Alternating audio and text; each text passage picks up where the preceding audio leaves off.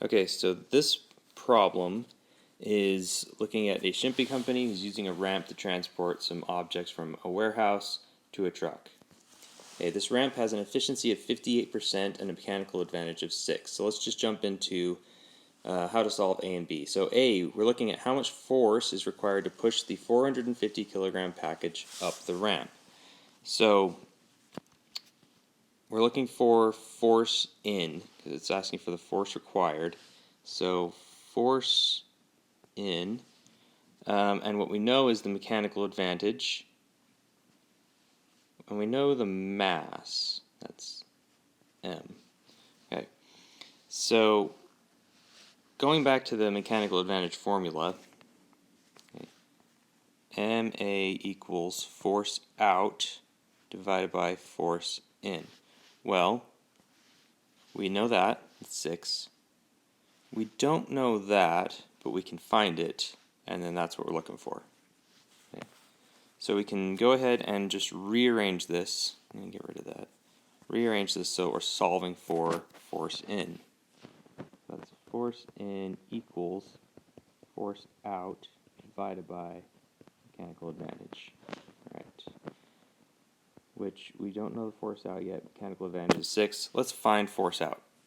So the force out is going to be how much the object weighs, because if you don't have the simple machine, you have to apply the whole weight of the object to that object in order to lift it. Okay, so if the object has a mass of 450 kilograms, that means the object weighs, well, weight is just the force of gravity, which is just mg.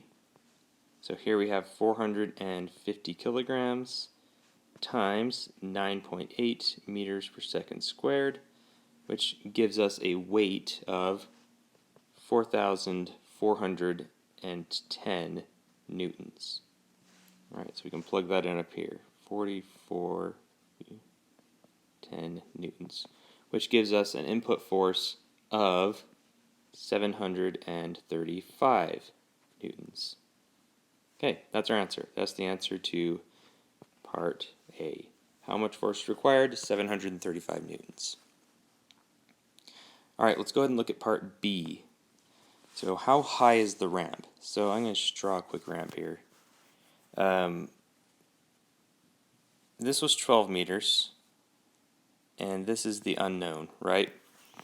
Now remember, when you're looking at a simple machine like this, you can think about it in terms of work being conserved, which is really just conservation of energy, but basically the work going into a machine equals the work coming out of a machine, which can break out into force times distance, and those are both in, equals force out times distance out. Okay, but there's also efficiency, right? So it is not perfectly efficient. This would be if it is perfectly efficient. So we need to include that efficiency. So it's really force in times distance in times efficiency equals force out times distance out. Alright, so force in, we know that. We just solved for it in the part A. Distance in, we know that. It's 12 meters. Efficiency, we know that. It's the 58%. Force out, we had to find that. That's the 4,410. So we have everything we need. We're good on all of this. That's all happy. And that means we can solve for this. So let's go ahead and I'm going to rearrange this real fast. So